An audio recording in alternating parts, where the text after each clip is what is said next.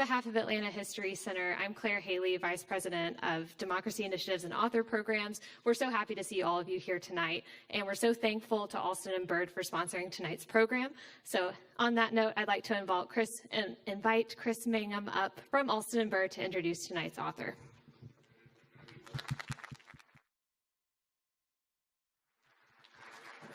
Thank you, Claire, and thank you all for being here tonight.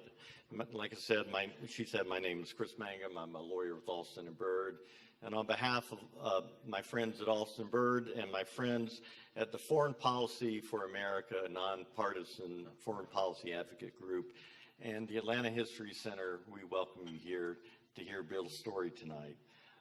Bill was telling me at lunch today that he's doing an event on Wednesday at the George W. Bush Library in Texas, and George W. Bush is going to do the introduction. So you don't get a president of the United States, you get me. And why are you getting me?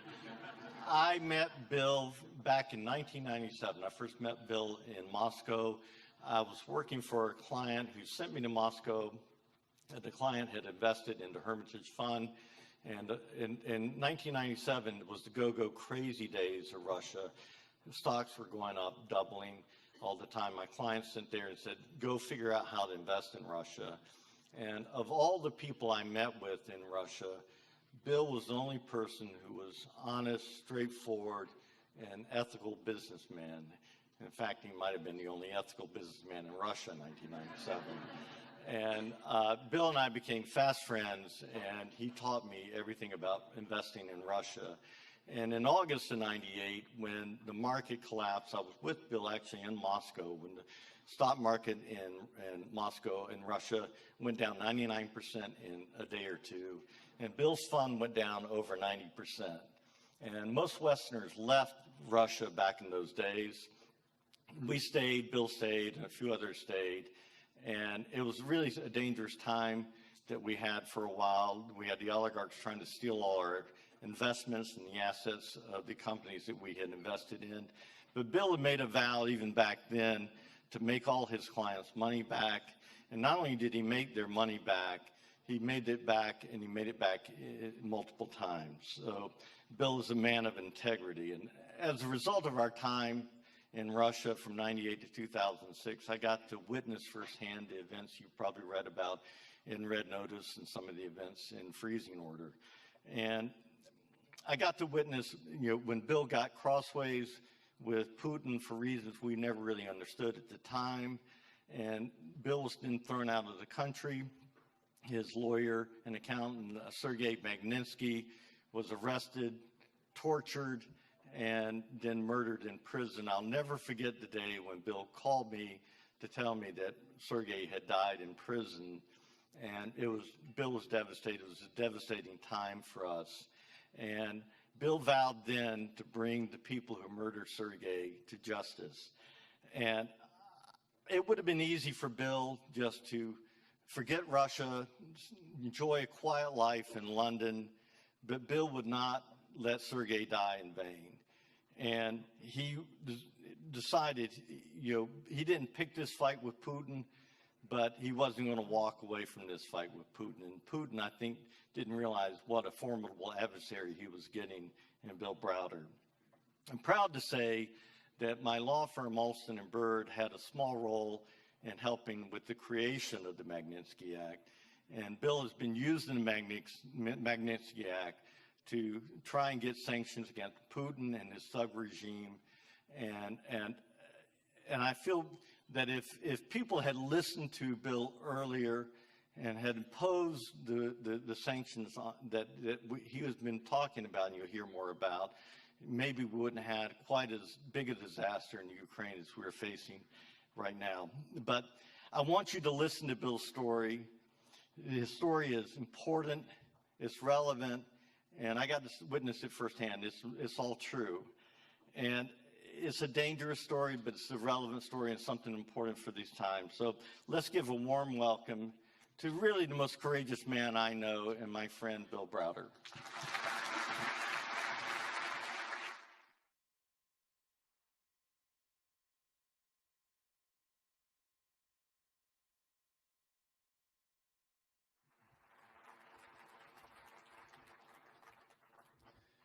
Chris, thanks for that great introduction. I'll take you over George Bush any day. So I think a lot of people here have read my first book, Red Notice, and maybe some have read my second book. After I wrote my first book, Red Notice, the story finishes in 2012 with the passage of the Magnitsky Act. And I thought that it was going to be my first and only book. I'm not a trained author, but so much crazy stuff happened between the passage of the Magnitsky Act in 2012 that I really felt compelled to write a second book, because I really needed to tell the story. I needed to show the world what Putin was capable of. And so I procrastinated and procrastinated, and by the summer of 2018, I forced myself to sit down and start writing this book. I normally live in London, but I have a house in Colorado, in Aspen. And I went to Aspen, and I sat down to start writing the book. And I told my children, don't come into the dining room, it's off limits. I put my computer on the table. I disconnected it from the internet. I put my phone face down on silent, and I started writing. And I don't know how many of you have ever written a book, but there's nothing worse than having a blank screen in front of you and typed a paragraph, read the paragraph, erased the paragraph. Typed another one, erased it, on and on and on. After about an hour, I could take it no longer, and I turned over my phone, and there were 176 messages. The first message said, "Bill, are you watching Helsinki right now?" The second message had an expletive I won't repeat. The third one actually came from Chris. He said, "I've got a house in the mountains you can disappear to if you need to." And what all these messages were referring to was the summit that was taking place in Helsinki between Trump and Putin. The summit was taking place. It was the first time the two leaders had met formally. It was taking place in Helsinki. It was on a Monday. And the previous Friday, Robert Mueller, the special counsel investigating Russian interference in the U.S. election, had indicted 12 Russian military intelligence officers for interfering in the election. And so the big question over the weekend was what was going to happen. How was Putin going to respond to this? So on the Monday morning, the two presidents meet. There's no national security advisor or secretary of state or any aides. It's just Trump by himself, Putin with one aide of Putin's in a secret meeting. The meeting lasts for about 4.5 hours. They emerge from the meeting. They walk up to their respective podiums for the post-summit press conference. Putin struts up to the podium looking very self-confident. Trump is kind of hunched over, not looking self-confident at all. The press conference begins, and one of the very first questions comes from a Reuters journalist to Putin. And he says, "Mr. President, are you ready to hand over those 12 military intelligence officers?" Putin smiles. He's been preparing for this question all weekend. And he says, "Yes, it's possible that we would. But if we did so, we would expect some reciprocity from the United States. Specifically, we would expect the United States to hand over Bill Browder."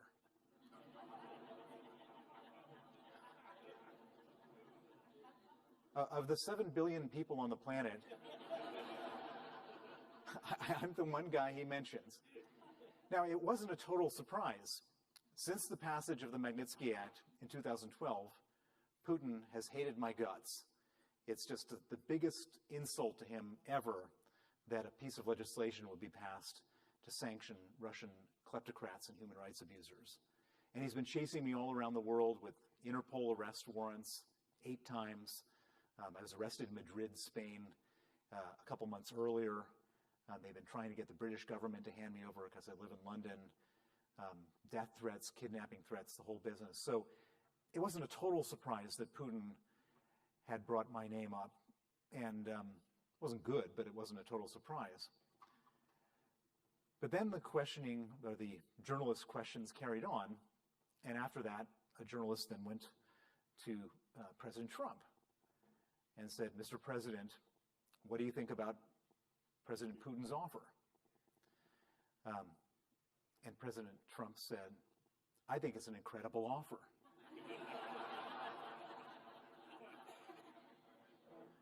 Now that did surprise me.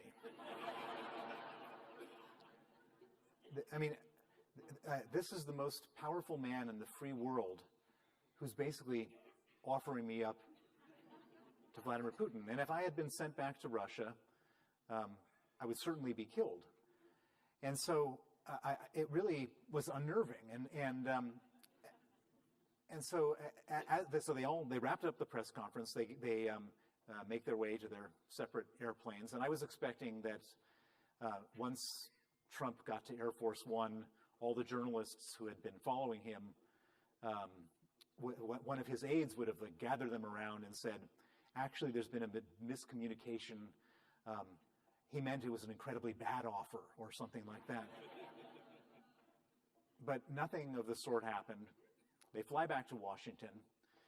And then the next morning, my wife wakes me up early and she says, you've got to see this, Bill.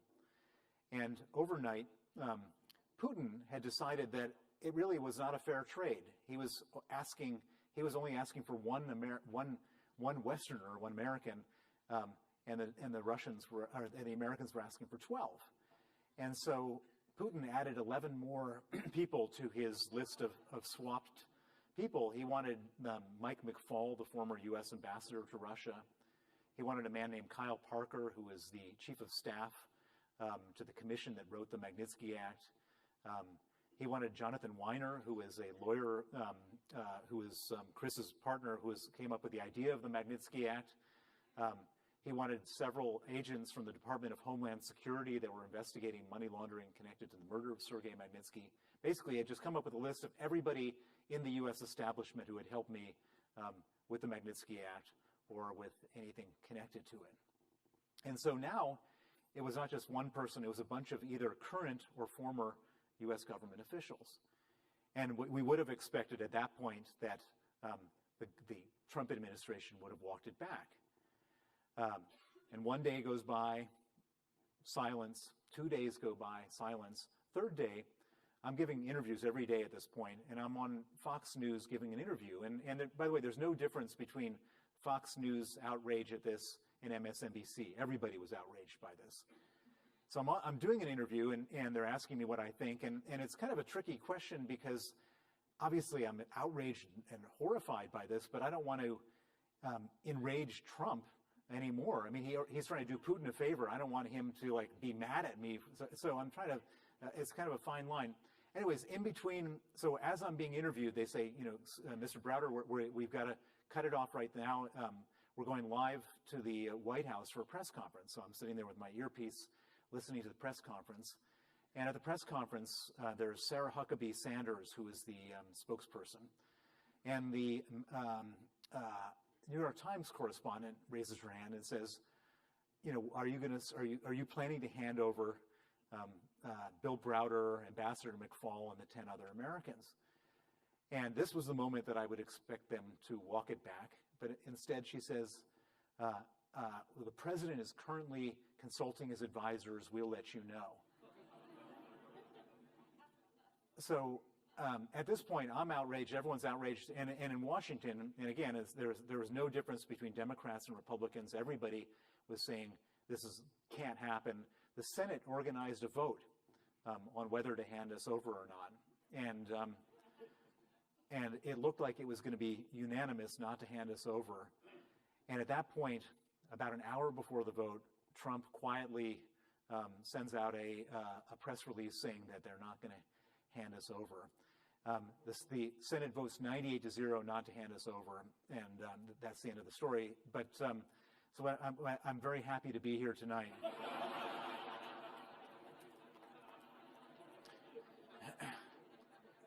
So how did I end up in this mess? And I'd like to tell you the story from the beginning.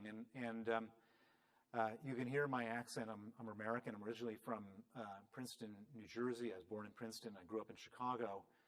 But I come from an unusual American family. My grandfather, Earl Browder, was a labor union organizer from Wichita, Kansas. And this was the 1920s. And he was so good at organizing the union that he was spotted by the communists. And they said, if you like labor unionism, you're going to love communism. Why don't you come to Moscow to check it out? And so in 1927, my grandfather moves to Moscow. He meets my grandmother, who's Russian. They get married. They have a child, my father.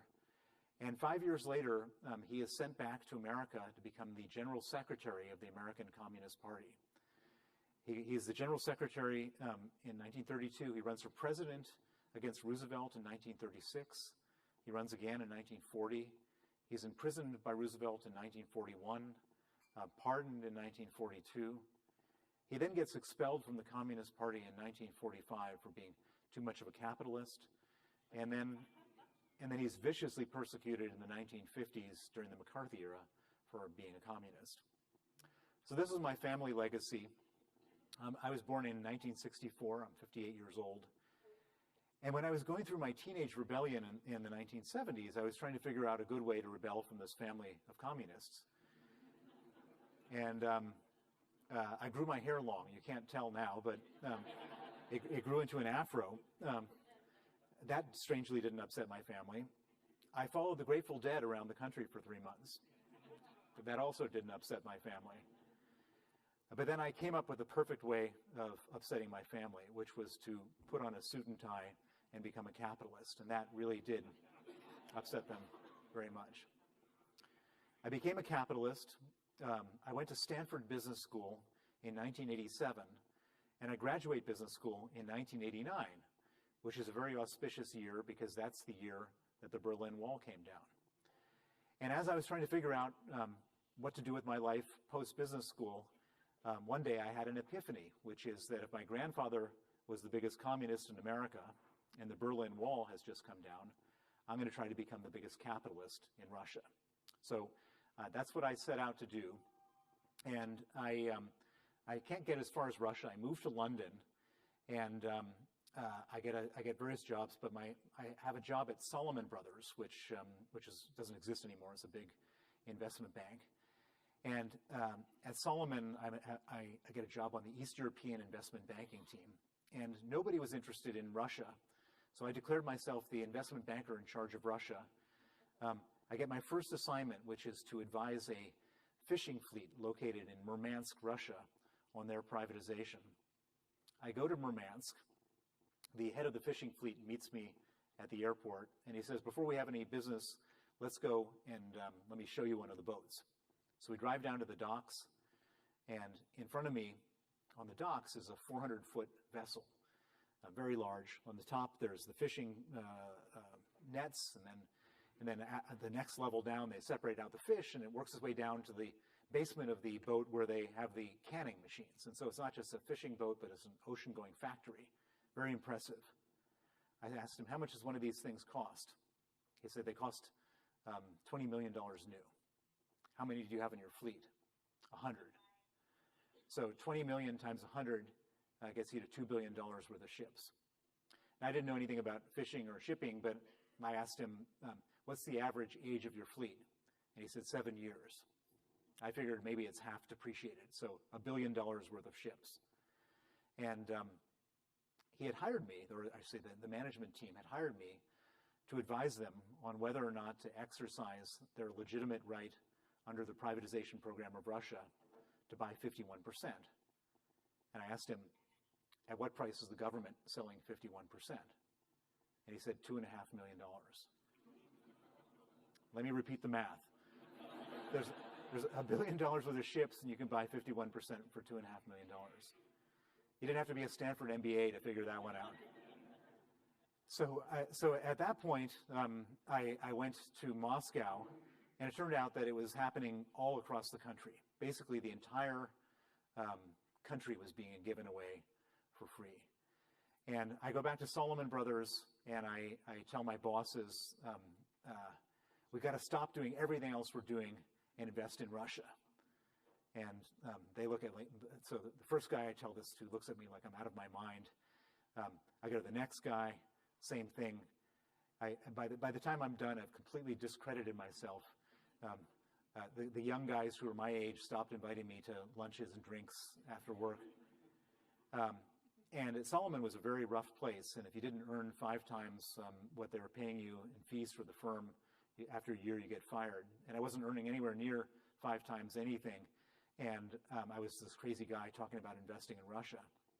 And so I was on the verge of being fired until I got a phone call from a very senior person in New York who said, I hear you have some career problems, but you might have something interesting to say about Russia.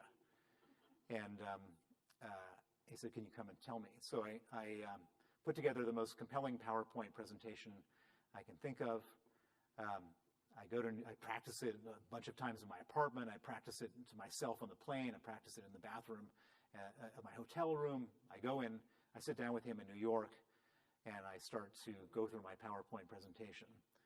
And he's a very strange guy, and he doesn't do any of the normal stuff of nodding or hawing or asking questions in the meeting. And I'm on slide 20 or so, and he just gets up and leaves.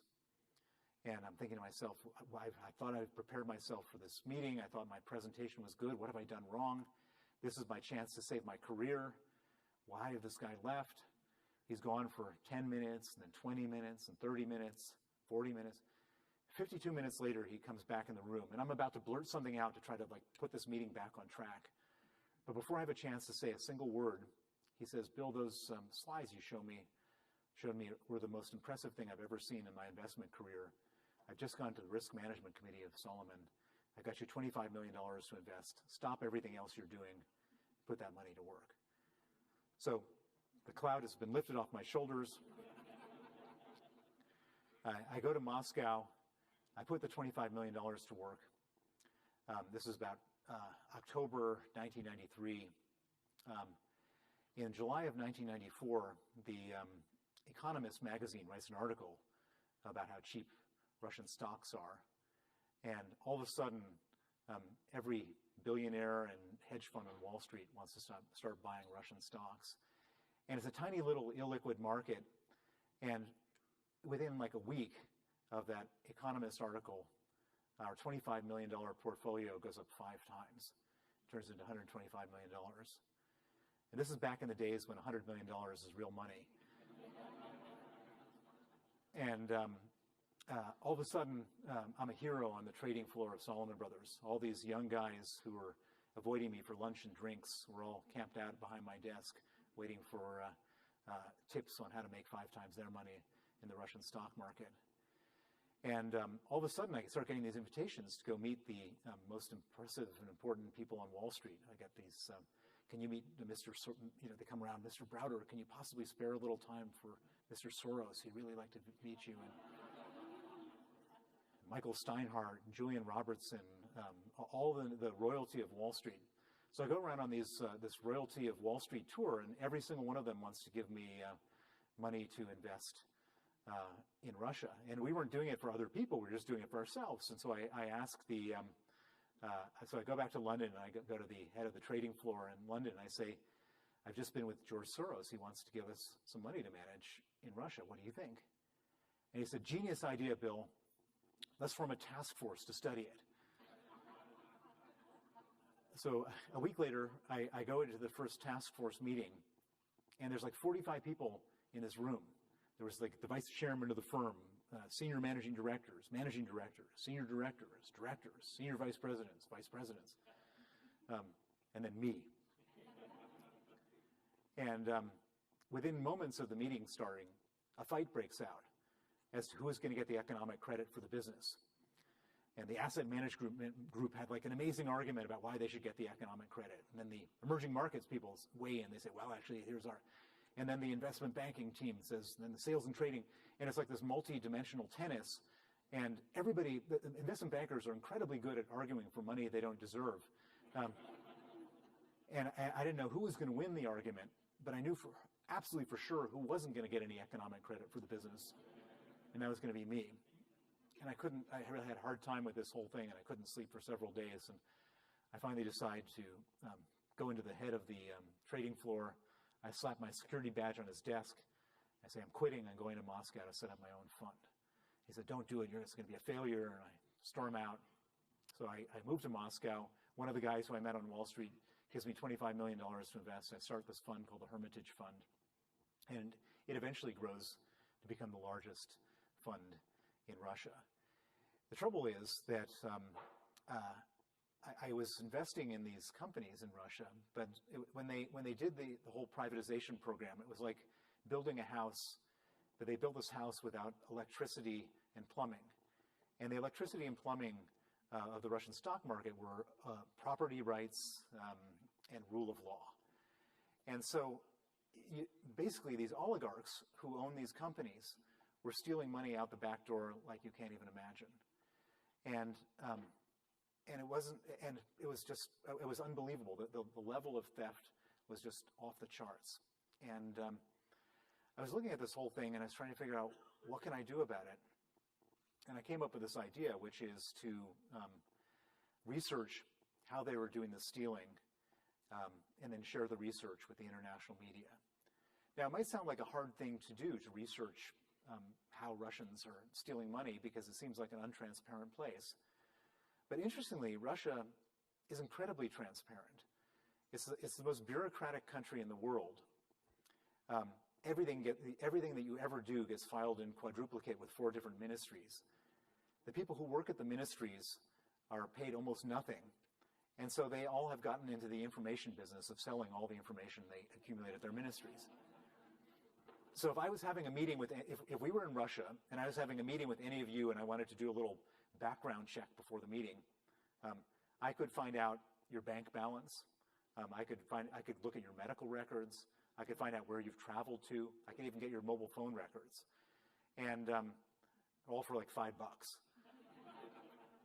And so we did this with the companies we invested in to figure out who was stealing, how much they were stealing, where the money was going. And I would put these dossiers into like really neat PowerPoint presentations, and then I'd present them to the New York Times, the Wall Street Journal, Washington Post, etc. The journalists loved me because I was saving each of them 3 months worth of work. And they would write these articles, and these articles changed everything. And it was really interesting because when I first started putting these naming and shaming campaigns out there, it was at the time that Vladimir Putin had just come to power. And Vladimir Putin, when he had just come to power, wasn't this tyrant, all-powerful guy like he is right now. He was not very powerful at all. And the reason he wasn't powerful was that the oligarchs, while they were stealing money from me, had stolen power from the president of Russia.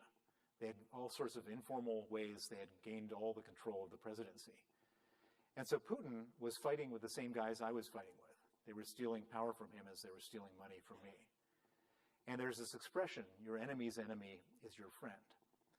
And so, and I've never met Vladimir Putin in my life, didn't meet him then, and I haven't met him since.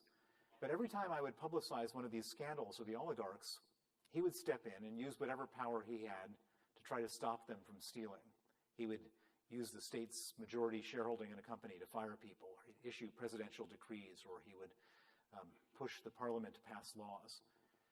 And as a result of this, my portfolio grew and grew and grew. And it was really the most interesting situation because it's one of the few times in life where you could make money and do good in the same job.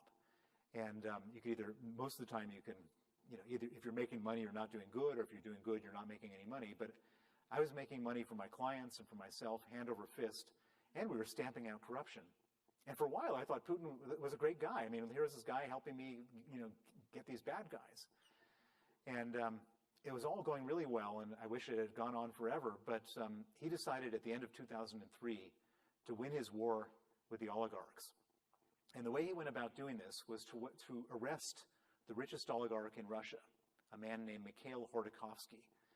He was the owner of an oil company called Yukos. He was on his private jet. He had landed in October 2003. He had landed in an airport in Siberia to inspect one of his oil properties. Putin had his secret police surround the airplane. They arrested him. They brought him back to Russia, to Moscow. they put him on trial. And in Russia, when you go on a trial in a criminal case, there's a 99.7% conviction rate. So there's no presumption of innocence, and they just put you in a cage because they figure that's where you're going to be after the trial is over. So they put Khodorkovsky in a cage, and they allowed the television cameras to come and film the richest man in Russia on trial sitting in a cage. Now imagine you're the 17th richest person in Russia. You turn on your television and you see the richest guy sitting in a cage. What's your natural reaction going to be? You don't want to sit in that cage. And so after Khodorkovsky was sentenced to 10 years in prison in the summer of 2004, the other oligarchs started going to him, to Putin, and saying, Vladimir, what do we have to do so we don't sit in a cage? He said, real simple, 50%. Not 50% for the Russian government or 50% for the presidential administration of Russia, 50% for Vladimir Putin personally. And at that point, Putin became the richest man in the world. And I was carrying on with my naming and shaming campaigns after that, but I was no longer going after Putin's enemies. I was going after his 50% financial interest. And at that point, our interests diverged completely. And in November of 2005, when I was flying back to Moscow, I'd been living there 10 years. I was the largest foreign investor in the country. I was managing $4.5 billion. I was stopped at Sheremetyevo Airport, which is the international airport. I was arrested. I was taken down to the detention center of the airport. I didn't know whether I was going to Siberia or being deported. Thankfully, the next morning, they put me on an Aeroflot flight back to London. I was subsequently declared a threat to national security. Now, when you're the largest investor in the country and you're no longer allowed into the country, it's definitely not good for business.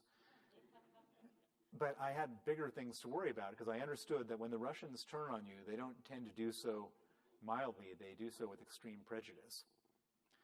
And so I said to myself, what else can they do to me? And the answer is they could arrest my people. I had a team of people in Russia, or they could seize my assets. And so I organized an emergency evacuation of all of my employees and their family members, and I got them all out safely. And once they were out safely, we organized a quick and quiet liquidation of all of our holdings in Russia. And we were able to sell everything successfully and get our money out of the country. So I breathed a big sigh of relief. I thought maybe one day I'll write a book about this. So I dusted off my hands. I set up a new investment fund to invest in other parts of the world, started investing, and thought, I'm done with Russia. Well, it turns out that Russia was just getting started with me. And 18 months after I was expelled, I was at a board meeting for my new fund in Paris, and I get a frantic call from the secretary that I have in the Moscow office. I kept the office, and I had one person, secretary, working in the office in case the storm ever blew over. And she calls me in a panic, and she says, Bill, there's 25 police officers raiding the office. What should I do? I said, I'm not sure. Let me call up my lawyer. I had an American lawyer in Moscow. I called him up, and I said, my office is being raided. What should I do? And he sounded a bit distracted on the phone, and he said, actually, my office is being raided as well right now. They're looking for your documents. Let me call you back. The police officers, 50 of them in total, were looking for the stamped seals and certificates for our investment holding companies, the sort of official corporate documents for our investment companies, which were empty at this point because we had sold everything. They found all these documents at our law firm's office. They seized them. And the next thing we know, we no longer own our investment holding companies.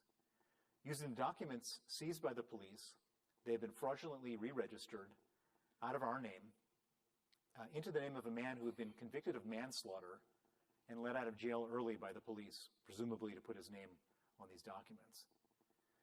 So I was terrified, not for financial reasons, our money was safe, but I was terrified that if the police were working with murderers to conduct an identity theft of my companies, I'm going to be walking through Frankfurt Airport someday and I'm going to be arrested on a Russian warrant. And so I went out and hired the smartest lawyer I knew in Russia to help me figure this thing out. His name was Sergei Magnitsky.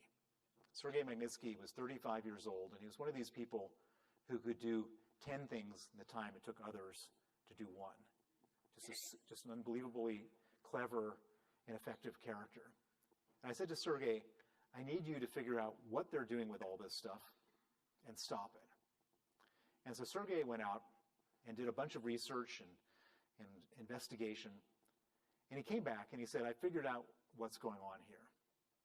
There's two parts of this scam. The first part was they wanted to steal all of your money, but they didn't succeed because you took your money out in time. He said, however, the second part of their scam worked. And the second part of their scam was that when I was selling everything the previous year, we had a huge profit. We had $1 billion profit, and on that $1 billion profit, we paid to the Russian government $230 million of capital gains tax. And what Sergey had figured out was the people who stole our companies went back to the tax authorities. They did this on the 23rd of December, 2007, and they said there was a mistake made in the previous year's tax filing. The companies didn't earn $1 billion. They earned zero. Came up with a complicated way of explaining that. They said, therefore, the $230 million of taxes that was paid in the previous year was paid in error, and we'd like it back. It was the largest tax refund in the history of Russia. They applied for it on the 23rd of December, 2007, 2 days before Christmas, and it was approved and paid out the next day, Christmas Eve. The largest tax refund in the history of Russia paid out in a fraud in one day. Now, if you had legitimately overpaid taxes of $5,000, you'd probably still be waiting until now to get your tax refund. But they paid it back in one day. It was obviously a rogue operation. And so Sergey and I looked at this and we said, well, you know, they're not stealing, they weren't stealing my money, they were stealing the Russian government's money. This was money coming from the Russian government using our documents, but it was the Russian government's money. And we figured, you know, Putin is a patriot and a nationalist, right? He certainly wouldn't have allowed his own government's money to be stolen. This must be some kind of operation conducted by rogue agents, and we are going to expose them. And so Sergey and I wrote criminal complaints to the top of every different law enforcement agency in Russia. I went to the newspapers, radio, television, telling the whole story. And Sergey went to the Russian State Investigative Committee, their version of the FBI, and gave sworn testimony against the corrupt police officers who conducted the raid. And then we sat back and waited for the good guys to get the bad guys. Well, it turns out, in Putin's Russia, there are no good guys. 5 weeks after Sergey testified against the police officers who conducted the raid, the same police officers he testified against came to his home on the 24th of November, 2008, and arrested him. They put him in pretrial detention, where he was then tortured to withdraw his testimony. They put him in cells with 14 inmates and 8 beds and left the lights on 24 hours a day to impose sleep deprivation. They put him in cells with no heat and no window panes in December in Moscow, so he nearly froze to death. They put him in cells with no toilet, just a hole in the floor where the sewage would bubble up. They moved him from cell to cell to cell in the middle of the night. And the purpose of all this was they wanted to get him to withdraw his testimony against these corrupt police officers, and they wanted him to sign a false confession to say that he stole the $230 million, and he did so on my instruction.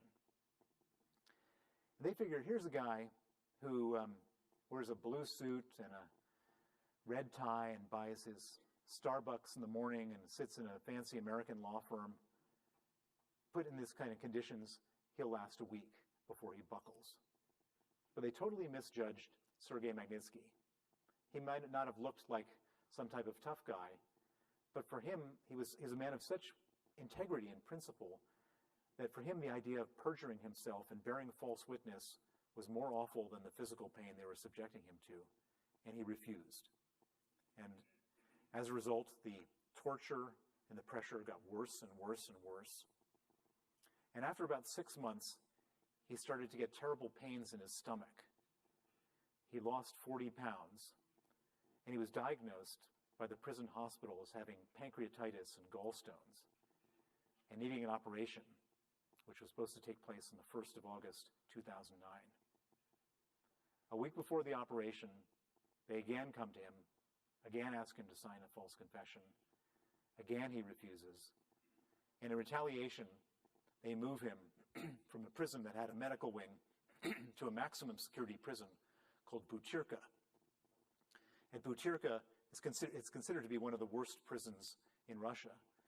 But most significantly for Sergei, they have no medical facilities there. At Butyrka, his health goes into a terrible downward spiral. He's in constant, agonizing, ear-piercing pain. He and his lawyers write 20 different desperate requests for medical attention to every different branch of the criminal justice system. Every one of their requests is either ignored or denied in writing. On the night of November 16, 2009, Sergei Magnitsky goes into critical condition. On that night, the Butyrka authorities don't want to have responsibility for him anymore. They put him in an ambulance and sent him across town to a different prison that had a medical wing.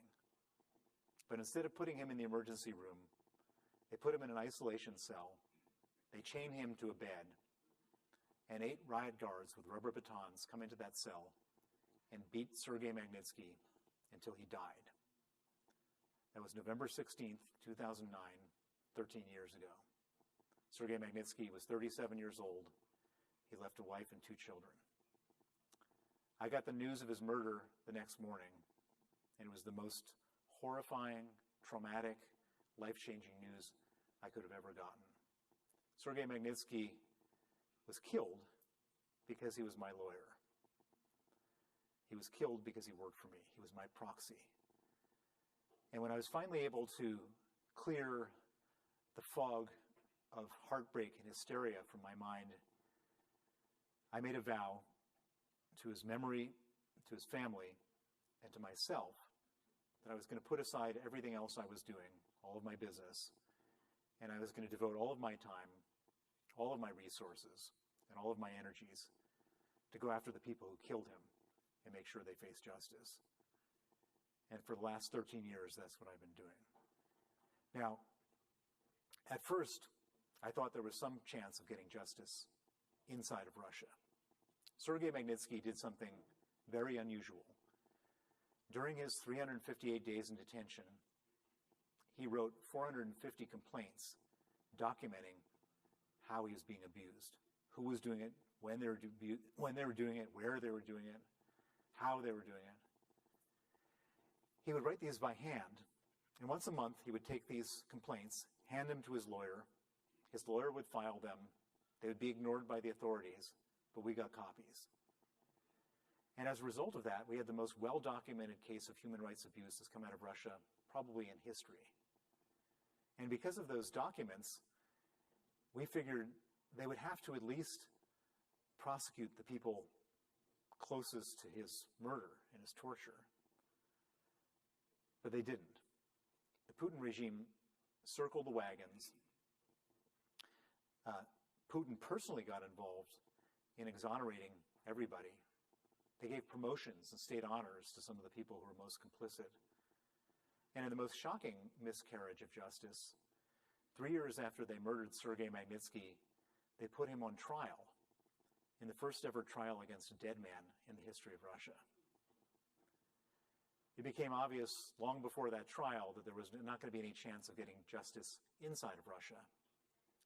And so I said, how do we get justice outside of Russia? And I came up with an idea, which is that the people who killed Sergei didn't do it for ideological reasons or religious reasons or any other reasons. They did it for money. They did it for $230 million. And the people who stole that money don't keep that money in Russia. They keep that money in the West. They put that money in real estate in the south of France, and they send their kids to boarding school in Switzerland and their girlfriends on shopping trips to Milan. And I said to myself, we might not be able to prosecute these people in the West for torture and murder, but we sure don't have to let them come to the West, come to our countries, and spend that money and travel and so on. And so I went to Washington, and I met with two senators, a Democratic senator from Maryland named Benjamin Cardin, and a Republican senator from Arizona, John McCain. And I told them the story that I've just shared with you this evening. And I said, can we freeze the assets and ban the visas of the people who killed Sergei Magnitsky? And they said yes. And that became the Magnitsky Act. And originally the Magnitsky Act was just for Sergei Magnitsky. They put it on the law books in October of 2010. And immediately their phones started lighting up with calls from other victims in Russia. And they all had the same message, which was, you found the Achilles heel of the Putin regime. Can you sanction the people who killed my husband, my brother, my sister, my aunt? And after about a dozen of these calls, these two senators realized they were on something much bigger than Sergei Magnitsky. And they added 65 words to the Magnitsky Act to include all human rights abusers in Russia. And at the time in Washington, there was no pro-Russian torture and murder lobby. And when it went for a vote in the Senate in November of 2012, it passed 92-4. It passed the House of Representatives with 89%. And on December 14, 2012, President Obama signed the Magnitsky Act into a federal law. Vladimir Putin went out of his mind. He banned the adoption of Russian orphans by American families in retaliation. Now that sounds bad, but it's actually much worse than it sounds. The orphans that the Russians were putting up for adoption to foreigners tended to be the sick ones, the ones with Down syndrome, HIV, fetal alcohol syndrome, spina bifida. And every year, thousands of Americans would continue to come to Russia, take these sick children away, nurse them to health so they could have productive, meaningful lives in America. In Russian orphanages, they don't have money, and they often can't treat these children, and they often die. And so Putin was effectively sentencing his own orphans to death in order to make a political point about the Magnitsky Act. He made it his single largest foreign policy priority, in writing, to repeal the Magnitsky Act. And some of you may remember on June 9th, 2016, Putin sent an emissary to Trump Tower to meet with Donald Trump Jr., Jared Kushner, and Paul Manafort. This emissary, her name was Natalia Veselnitskaya, and her simple request was, this was after Trump had been nominated but before he was elected president, if he becomes president, could he repeal the Magnitsky Act? Thankfully, the Magnitsky Act is an act of Congress, not an executive order, and it was unrepealable by Trump, and nothing ever happened. In fact, before Trump took office, Obama passed something called the Global Magnitsky Act, which took the Magnitsky Act and broadened it so it didn't just apply to Russian human rights abusers, it applied to human rights abusers everywhere, in China, Iran, Venezuela, etc. In 2017, the Canadian Parliament unanimously passed a Canadian Magnitsky Act. In 2018, after the Salisbury poisonings, the British Parliament passed a British Magnitsky Act. In 2020, the European Union passed a Magnitsky Act. 2021, the Australian Parliament passed the Australian Magnitsky Act. There are now 34 countries that have a Magnitsky Act around the world. And this may not, we'd certainly never be able to bring Sergei Magnitsky back, and for me, that's a terrible burden that I'm going to have to live with for the rest of my life. But the Magnitsky Act is a monument to his sacrifice. And hopefully this monument to his sacrifice will create a huge penalty for people doing terrible things like what they did to Sergei. And hopefully that will save lives in the future. And for that, Sergei Magnitsky's death was not a meaningless death. Thank you very much.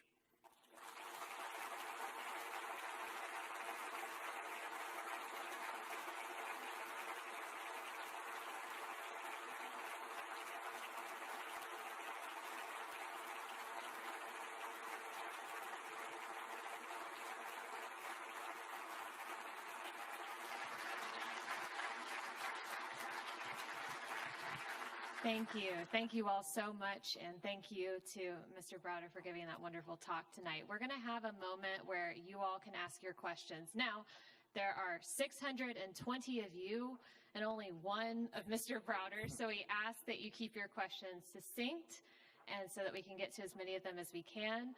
So if you raise your hand, I will come to you, or we're going to alternate sides of the room. My colleague Peter over on the other side will be responsible for that half of the room. So do we have someone? I see one hand in the back. Yes, ma'am.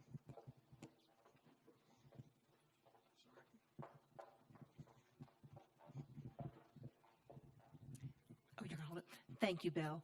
I looked it up while you were speaking, and you are indeed eligible for an honorary knighthood. Americans can get it. You got my vote. I was wondering if you brought your crystal ball with you, and if perhaps you could look into the future and see where you think this whole Ukrainian show is going to go, and what's Putin's endgame or options. Well, I wish that I had a perfect crystal ball. So first of all, why did Putin go to Ukraine? Why did he invade Ukraine? I don't believe he invaded Ukraine because of NATO enlargement, which is one of the arguments. I also don't believe that he invaded Ukraine because he has some grand vision of Russia's glory and he's trying to rebuild the Russian Empire. I believe that the reason he invaded Ukraine, and this is a big part of my second book, is that since 2000, when he came to power, Putin and 1,000 people around him have stolen from the Russian state $1 trillion, $1,000 billion. That's money that should have been spent on hospitals and schools and roads and infrastructure, has been spent in the West on villas and yachts and private planes and Swiss bank accounts. And I believe that Putin saw that this was not a sustainable operation, that sooner or later the Russian people would rise up. And Putin is not a guy who likes to wait for things bad to happen to him. And what does a dictator do if he's afraid that the people are going to rise up against him?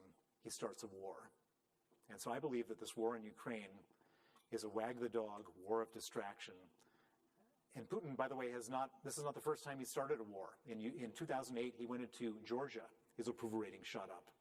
In 2014, he went into Crimea and eastern Ukraine. His approval ratings shot up. And in this particular war, his approval ratings have shot up. So he's doing this because he's afraid of being deposed. Why is he afraid of being deposed? Because if he gets deposed, all the money he's stolen gets taken away, he goes to jail, and he probably dies. And so for Putin, this is an absolute existential threat he has to be at this war. And if he were to succeed in Ukraine, he'd go to Estonia. He needs war to stay in power. And so he's not going to back down. On the other side, the Ukrainians have had experienced such atrocities, and we've just read about some of them yesterday with the 400 dead people in shallow graves, and we're going to hear more and more. I've seen numbers as high as 100,000 people killed in Mariupol, innocent civilians. The Ukrainians are not going to give up 1 inch of territory. They're not going to give anything. And so I don't know, on one hand, I'd love to think that the Ukrainians could win this war, and we've seen some great progress, but I don't ever count Putin out. He's got all sorts of tricks up his sleeve. And this war, by the way, didn't start on February 24th. This war started 8 years ago. It started in 2014 with the invasion of Crimea. We characterized it as Russian-backed separatists. That was a Russian invasion. So the war has been going on for 8 years. And there's no reason to believe that it won't be going on for another 8 years. And as much as I'd love to say that the Ukrainians are doing a great job, and I follow it with everything that happens every day, I just know Putin, and I know that he's going to double down and triple down and quadruple down no matter what losses he's taking. And I fear that this is going to go on for a long time.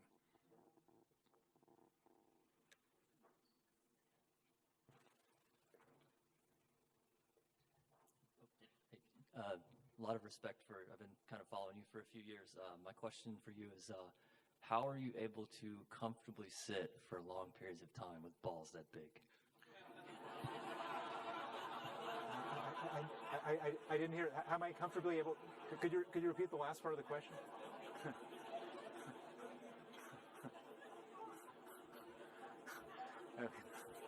I didn't hear the last part of the question.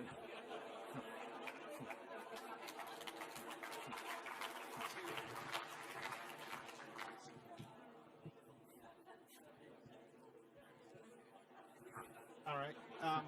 Is there an answer to that question? Yeah. Where else we got? Okay. I have two less interesting questions. One question, if you'd address a little bit about the amount of detail you're able to recall. It is a wonderful book, and I am amazed at how you must have had notes, you must have had, I'll say, help from other people. I mean, you've really put together a remarkable story. So if you could comment a moment about that. The second thing is on the topic of the Ukrainians. Read in the Wall Street Journal today that there's an initiative in Ukraine now called the Justice Initiative Fund. You know, see you nodding. This is a crowdsourcing initiative, and it's interesting to me because your efforts with the Magnitsky Act and some of the other efforts you've made really kind of create a momentum around crowdsourcing. And $1 trillion is a lot to have in your pocket, but when you're up against, some large population that's had this money taken out of their pocket, and they all have a phone, it becomes very interesting to pay people for information. And you can say there are no scruples there, or you can say there are high scruples. But if people feel violated and they want to pay into a fund and they want to crowdsource and they want to find thugs, this is a pretty powerful tool that's been set loose in this geographic region. And I'm curious if you have insights about whether or not the psychology, he's created enemies for himself, certainly, both within his own government and the Ukrainians. It's going to be interesting to see, can this man manage his way out of this social medium crowdsourcing initiative that could really catch fire and play a role in bringing some more people to justice the way you have? That's a great question, and I just saw that article a few minutes before coming up here right now. The great thing about everything, all of our investigations in Russia and a lot of other investigations, as I mentioned, there's no honor among thieves, and everybody, it's a very transparent place. And so the initiative that you're talking about is basically Ukrainians are setting up a bounty, or hopefully getting money for a bounty to find people involved in war atrocities. And there's just so much information out there. There's just so, and the Russians weren't covering it up, and they're busy, bringing back materials to their friends and their girlfriend and all sorts of stuff. And everybody turns on everybody, particularly if money is involved. And so I think it's a great idea, and I think it will probably work. And all sorts of people will be exposed by that. To answer the first part of your question, I don't have a diary, but the great thing about technology is that we all have like 1,000 emails, and so I just went through all of my emails every day to like reconstruct the stories. And a lot of the court cases that I've been involved in, there's transcripts, and if it was a conversation between me and somebody else, I would get together with the person I conversed with, and we would sort of recreate the conversation. And it's remarkable how much you can learn about yourself by just going back into your old emails. And so if you want to write a book, you don't need a diary to do that.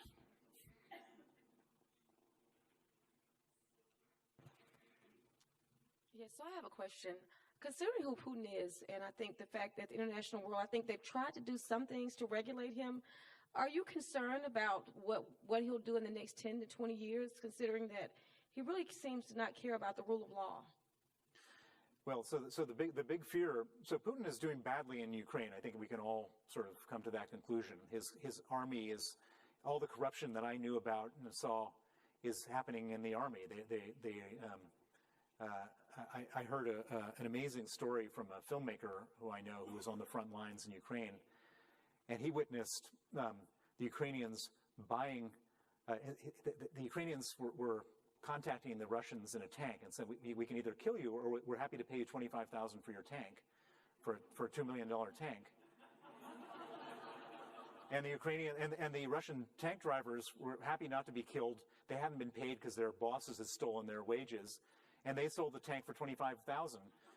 And two tanks were purchased this way, and they told the guys, if send your friends, we'll buy their tanks too. And so Russia's hugely bad at this stuff, and they have no reason to be motivated. But the big fear, of course, is weapons of mass destruction, particularly nuclear weapons. And there are a lot of people in Washington that don't want to, that kind of want to give the Ukrainians enough military support so they don't lose, but they don't want to give the Ukrainians enough so they win. And the reason they don't want to give them enough so they win is because everybody is sort of negotiating with ourselves and saying, well, what if Putin were to launch a nuclear strike on a target in Ukraine? And of course, that's a terrible thing to think about. But the moment we start to sort of put that out there for ourselves, we then are kind of, I mean, why not then just give up Ukraine if that's his risk? And so I think we have to be kind of tough with Putin, and I think that we have to say, no, and draw a boundary. And he's a thug, and a thug usually doesn't like to stand up to somebody who's acting tough with him. And I don't think that we should be negotiating with ourselves in this situation, because he just takes advantage of that and uses that for his own advantage. Got another question over here. We're going to do 3 more, so think of your best questions. All right. As a native of Finland, we have a saying, I'm sort of cleaning it up a little bit here, that Russia is Russia regardless of the system. Do you have any hope that the world will one day see Russia that is free, democratic, and ruled by law? Well, I think that your conclusion is probably right, but not necessarily right. So, if, for example, people say Putin looks sick, or there's some rumors that he's sick. I'm sure everyone has read those articles. I don't believe that they are true, but let's just say that he were to drop dead today of a stroke or some cancer. He would be replaced by a KGB general who would be just as bad as him. If the system is not broken, it will be exactly the same. And we've seen that happen in other countries, in Kazakhstan and Uzbekistan, etc. However, if there is a major uprising in Russia, and what could cause a major uprising?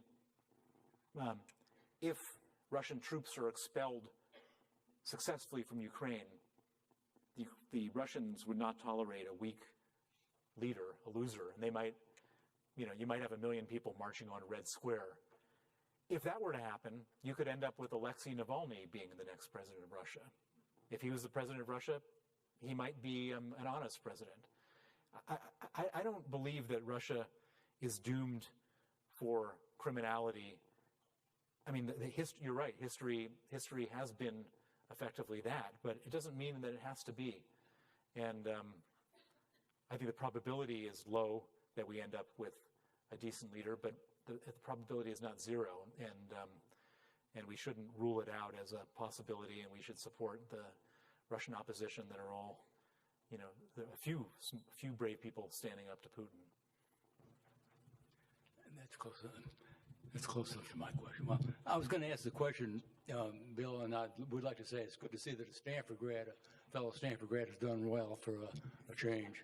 But, my looking at Russian history is you go back at least 1,000 years, and the acceptance of man's inhumanity to man there is so unique, really, in world history that, the likelihood of it, no matter who's head of it, the acceptance of barbarism and mistreatment of one another is so deep. And you think that is something that can be, taken out of that society at some point over time? Well, there's a famous Russian proverb that the fish rots from the head. And we saw so let me give you a comparable. Georgia was considered to be a more corrupt country, not the state of Georgia, but the country in the Caucasus, Georgia, was considered to be the most corrupt country in that part of the world, in the post-Soviet world. And one day, they got a president named Saakashvili, and he decided that he wanted to clean up the corruption, and he fired everybody in the traffic police and everybody in the tax police, and the entire government was, I think the average age was like 32. And Georgia did rise from like the lowest possible rating of corruption, not to a perfection, but to a level like dramatically greater. And so, and then of course, actually he got sort of corrupt and he was ended up getting deposed, and now he's sitting in prison in his own country, probably politically motivated. But it shows that it's possible. Now, as I say, there's no reason to be hopeful about this with Russia, but it is possible, and we shouldn't rule it out. And we live in a world of transparency and communication and instant communication, and all these old sort of stereotypes don't necessarily work in a modern world, and so we can only hope for that and push for that. Now, I want to just say to the people who are doing the microphones that people in the middle here haven't gotten a chance, and so I think we should give them.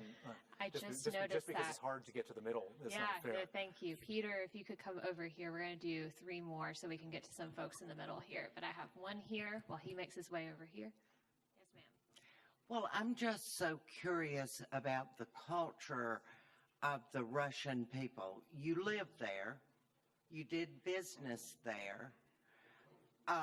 What we hear on the news is the Russian people are so supportive of this awful invasion of Ukraine. What is it about the Russian people, and is there any hope for change in their attitudes?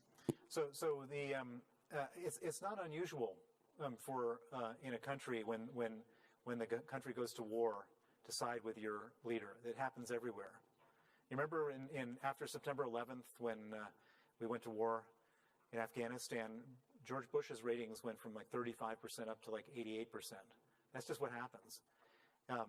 So there's nothing unique about the Russian people or about but yes, the Russian people are kind of putting blinders on, but it's just it's kind of like sports. Everybody roots for the home team.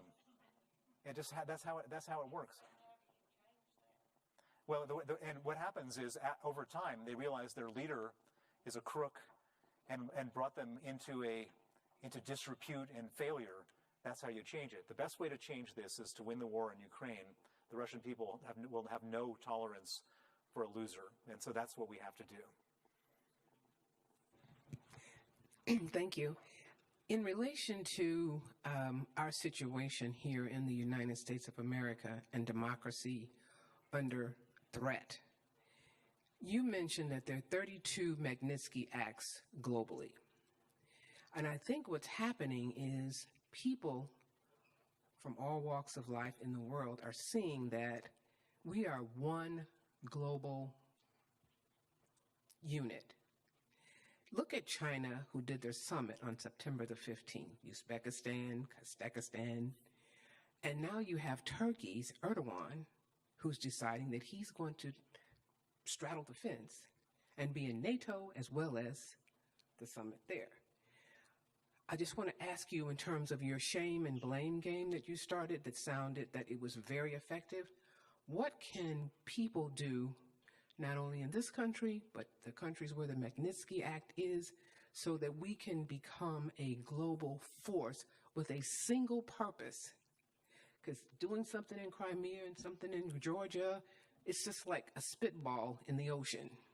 When there is a master global intellectual capital play with China, Russia, the BRIC community, I'm not going to go in all that, but I just was hoping that there could be a universal think tank with the people of the Magnitsky Act that could come together and bring people together, not so much about our differences, but what we can do to save democracies worldwide.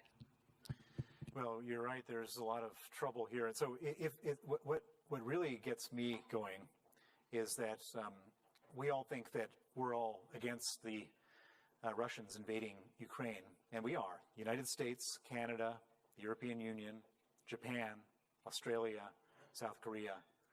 But guess what? There's like 100 and some odd countries that actually have said nothing about it. Brazil, Indonesia, China, India. The one that really gets me is South Africa. We were all protesting against the apartheid regime in South Africa, putting on boycotts and campuses and so on. And it was very much because of our boycott that apartheid ended. And the African National Congress that runs South Africa is siding with Putin. And so, but we have huge leverage here. And it's not moral leverage, it's economic leverage. The countries that support Ukraine are the most powerful economies in the world. And we haven't exercised leverage that we have. And we're just starting to now. And I don't know, some of you may have seen the headline that President Biden warned Xi Jinping that if he supplies any weapons to Russia, we're going to start sanctioning Chinese companies. And China is a mercantilist country, and the last thing they want is trouble with their exports to us. And the same thing is true with Turkey. Just yesterday, a bunch of Turkish banks, which were starting to use a Russian payment system after the Russians were cut off from SWIFT, they stopped using it because they're afraid of being sanctioned. So we have the chance to really squeeze these countries, the United Arab Emirates, where all the Russians are parking their jets. These are countries where they rely on our dollars, our custom, and we should use that, and we are starting to use that. And if they're not willing to do it for moral reasons, they should do it for business reasons.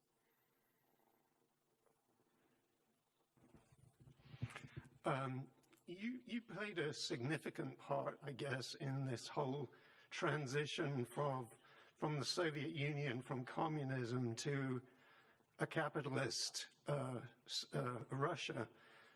Do you think that capitalism is in any way to blame for bringing us Vladimir Putin? Well, yes. I mean, so unregulated, lack of rule capitalism did. So what brought us Vladimir Putin was that 22 oligarchs ended up controlling 40% of the Russian economy, and the average Russian lived in destitute poverty. And you just can't have that kind of thing happen. And how did they get to be doing that? Because there were no rules. And so as a result, Russians were desperate for some return to normality to get rid of the 22 oligarchs. But then Putin stepped in. Instead of getting rid of the 22 oligarchs, he just became the biggest oligarch himself. And so some form of bad capitalism did, but at the same time, we all know what happens with communism, so that doesn't work either. And so my prescription is capitalism with good regulation, rule of law, and proper institutions like what we have here in America and what you have in Western Europe. We have our last question over here from a gentleman who just finished the book last night, actually. Hi, Mr. Browder. I just want to say thank you for all your work, and you make me very proud to call myself an American. I did finish your book at 1 a.m. last night and found about this through Google, which is great. So serendipity is beautiful. But my question was, in one of the last chapters I read, it was about the audit of Deutsche Bank and sort of how over a 10-year period, the figure of $234 billion was laundered through one branch of one bank in Estonia.